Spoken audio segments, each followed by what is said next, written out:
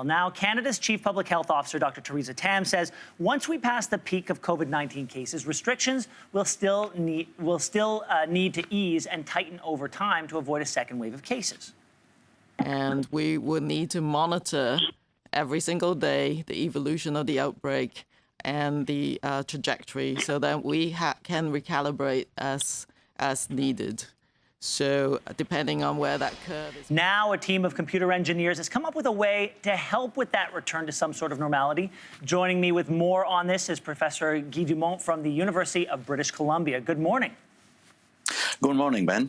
So you use a computer model to recognize when restrictions can be eased or rather need to be tightened again. How is it going to work? Okay, the kind of models that we use are the typical model that epidemiologists use.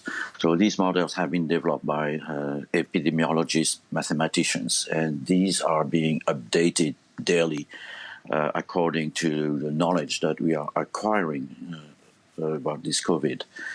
So as we heard from Theresa Tam, the important thing once we start relaxing some of those measures is going to be constant monitoring.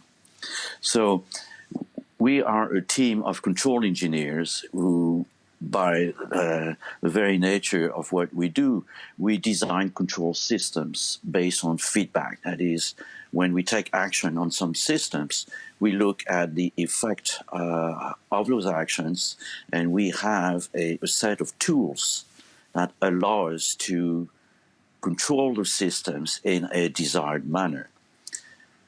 Doctor, walk me through some of the phases in which these restrictions could be lifted.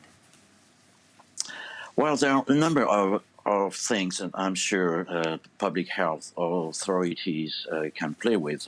Right now, we obviously have the stricter measure of all, which is confinement, although in Canada it is not complete confinement as it is in some countries like in France. But by doing that, we are reducing what we call the reproduction rate in this model, which is essentially the number of each infected person can contaminate. So we need to keep that number below 1 for a long period to suppress this epidemic. So by confinement, we can change that number.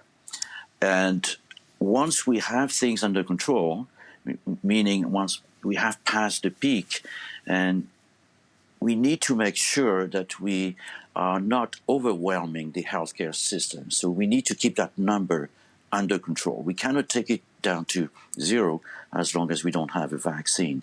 So we can relax things a bit.